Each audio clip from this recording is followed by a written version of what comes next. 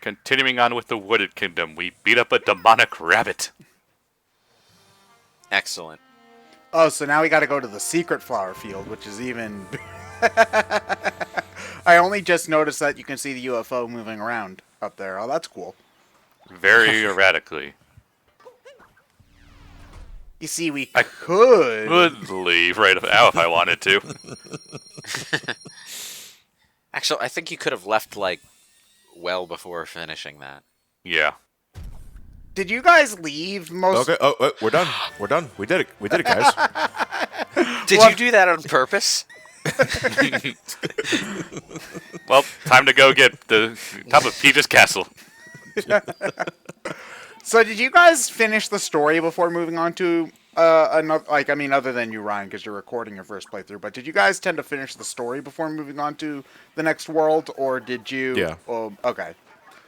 I took care of the brutals, and I took care of whatever needed to be done before I moved on to the next one, because I don't like leaving the world half-assed.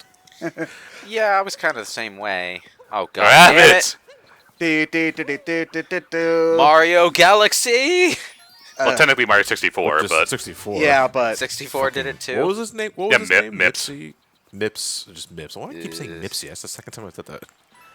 I don't remember doing it often when I played 64. So. there's like 2 times you have to do it. There's Yeah. like Yeah, as opposed to Galaxy making you do it like 50 fucking times. Ugh. Wim. Someone in the comments is going to get on my ass about that. I was exaggerating. You're Just saying. Lewis, you're exaggerating for the effect of comedy, and there are not 50 individual stars which require you to chase a rabbit. Wow, I can't believe you didn't actually know that. Wow, what a fucking hack. tank, tank, tank, tank, tank, tank, tank, tank, tank. This is another one of my favorite captures. The tank I love, but at the same time, I don't know what's been happening to me the last few years where I've had to now invert like horizontal movement and vertical movement for aiming reticles, but every time I boarded a tank, I would have to pause the game and switch horizontal movement. Oh, for man. aiming at You this know, one. you probably played some game that did that by default, got so used to it that you can't go back.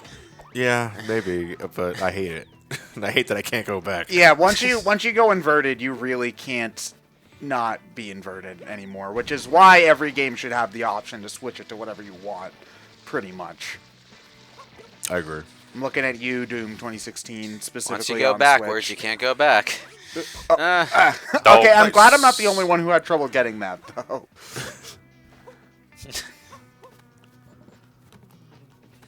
Aim the camera. You have to start from higher up than you think that you need. I do like this room, though, because it seems to have an implied function. It's the robot storeroom. Yeah, but So there's- but these robots also seem to have personalities, and so the fact that they're just mass-produced leads to some dark implications. I'm going to write a 15-minute video about how Mario Odyssey is actually the universe of Nier Automata, and then I can put a game theory logo on it, and I am the master of satire on the internet. Biting social commentary. We're getting High School of the Dead up in here. Yeah. Yeah, but like I like how there's a line for the charging station, like there's a line for the bathroom. And then one of the robots is just straight up dead on the ground. But there's two empty spots though, so I don't know why they're not using those. Wait, Your wait, power wait. is mine. What did that guy say? Something about passive-aggressive commentary? Initiating passive. There's later on when you get world peace, one of the robots says the steam gardens are objectively better than all other regions. So I love the robots in this game. And the Galaxy games had that sort of thing going, where every different world had its own kind of population with its implied sort of society, but it was sort of half-assed in a way.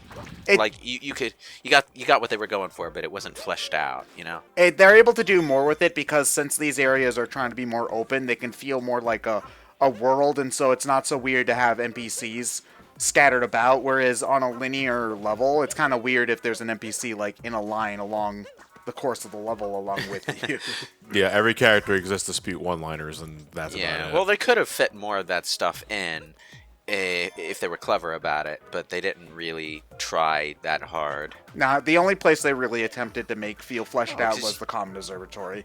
Really. Yeah, For good reason, And they separate hub did a and all good that. job with the Comet Observatory. I think Galaxy's approach to storytelling was pretty well balanced in terms of what it did for its main plot. So well balanced that it scared Nintendo. They never did it again. It was balanced in terms of what it did with its main plot. Like, it developed Rosalina in a clever way. But it developed someone entirely. it developed Rosalina in a clever way that kept it unobtrusive, Yeah. And I hear some people don't actually like the fairy tale storybook. I don't understand why. They hate fun. Like, I think it was like it's like the rarest goddamn thing of a Mario game doing something really, really clever, and that's using the fairy tale storybook concept to illustrate a dark thing in a childlike way, which was basically what fairy tales did. Like, if you really think about Thumbelina, the implications are Staggering. they're pretty dark. But the story itself is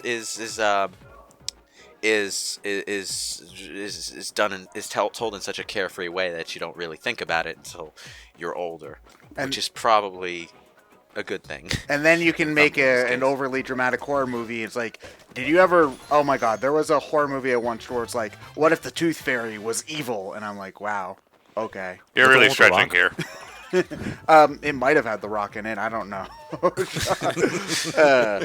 it's like, yeah, what if Thumbelina was evil? Did you know that in fairy tales people died? Yeah, that's dark. We're gonna make so much money. Oh, wait. Snow White and the Huntsman. Death isn't. I don't think death is a thing in Thumbelina. It's more like she gets kidnapped, and then like everyone she meets is trying to force her into a marriage.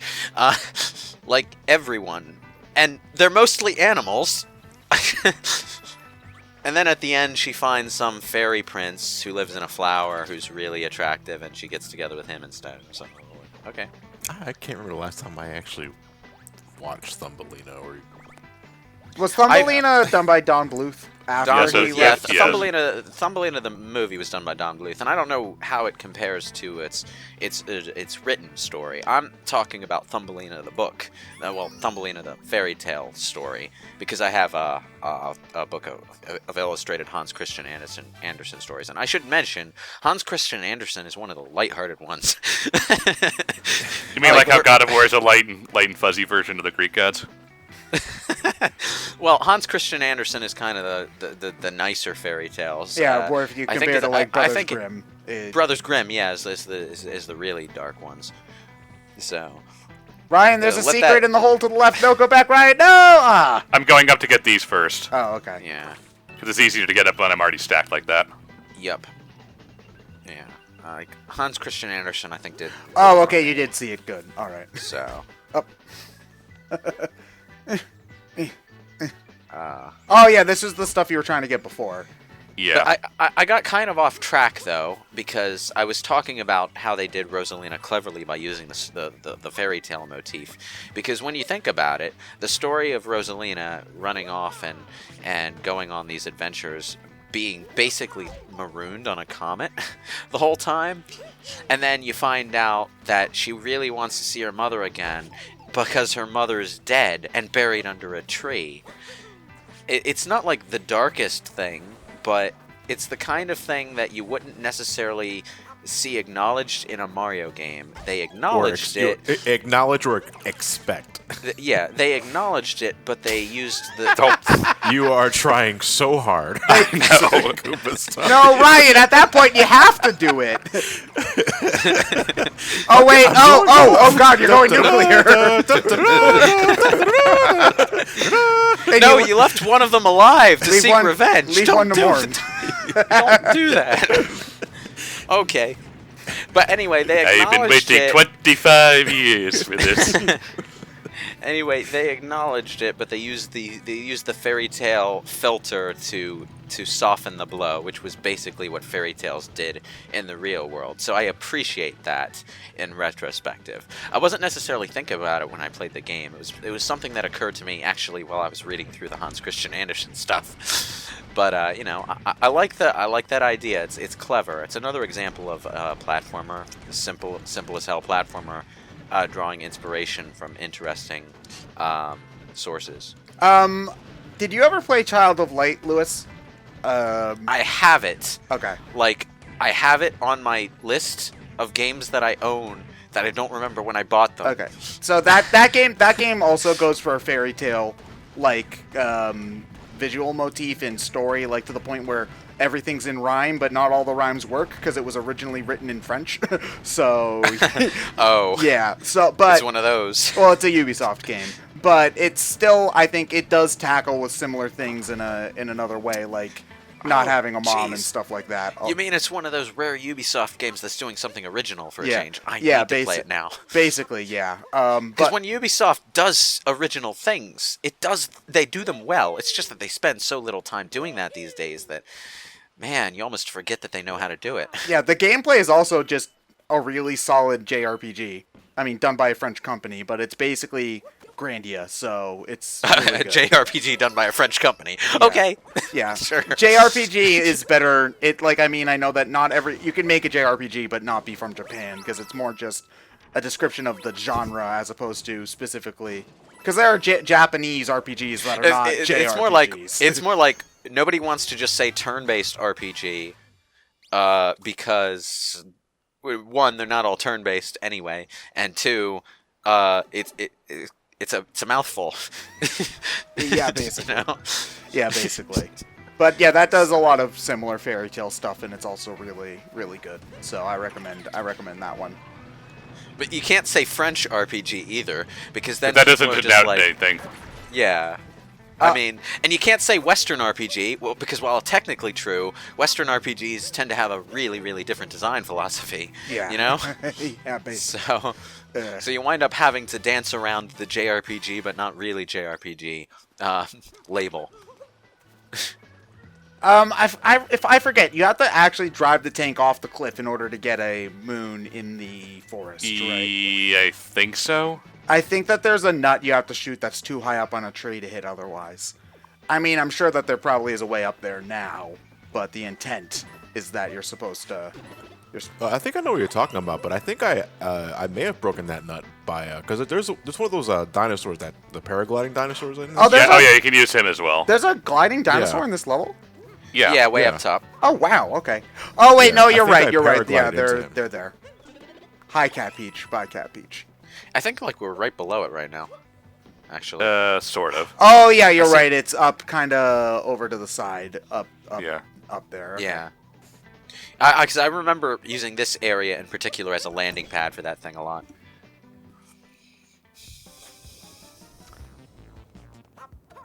Poison everywhere. You know what's great is when you've got this massive liquid floating in an abyss. It looks so unnatural that it's glorious. There's no retaining wall. What's keeping it in? Mario physics. It looks unnatural in the sense that it enhances the fantasy feeling of the area. But, you know? I mean, what keeps the Earth round and the water? Gravity. Yeah. Maybe this place has. This was kind of gravity. a clever thing where you have to use the Tower of Goombas to reach an upper platform. Every time there's Goombas, I try to stack them. It's just habit. Wait, hold on.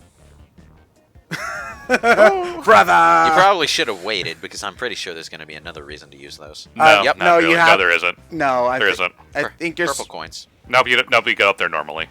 Oh, really? Oh, yeah. Okay. I think you're kind of expected to jump either on top of that thing or off the... so you can get the Goombas on over here. Yeah, you can. You just don't need to. You'd probably be... Yeah, you'd be stuck here, though, because you'd have to... You wouldn't. You wouldn't be able to take the whole Goomba step up here, though. Yeah, the Goombas, yeah. You can't well jump. Right. I do admire the faint white glow of the flowers as they're spawning.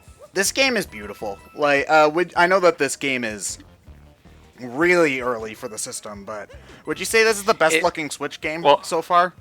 Well, I would imagine early development on this game was on the Wii U. Well, very not the best. very early development. Well, that's what I'm talking about, like preliminary stuff. It's not the best looking Switch game because Xenoblade Chronicles 2 exists. And, I have my scruples with Xenoblade Chronicles 2 in terms of where they went with their art direction. But, it's got those glorious Xenoblade environments. Yeah, I could think of 2 reasons why I like Xenoblade Chronicles 2's art, and I'll leave it at that.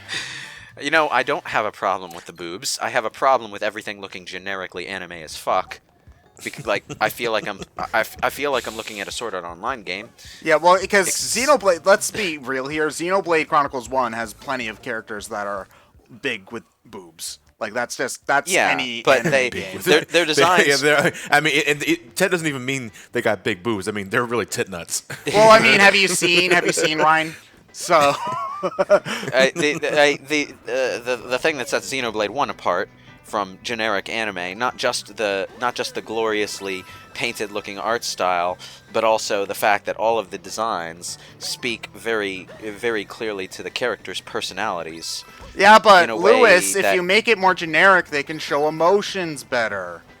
That's no, that's they the can't. actual That's the actual reason why they said they changed it, so they can show. That's not what. That's what people actually. Oh, they weren't expressive in Xenoblade. Well, okay, so that has nothing to do with character designs. That was just the graphics.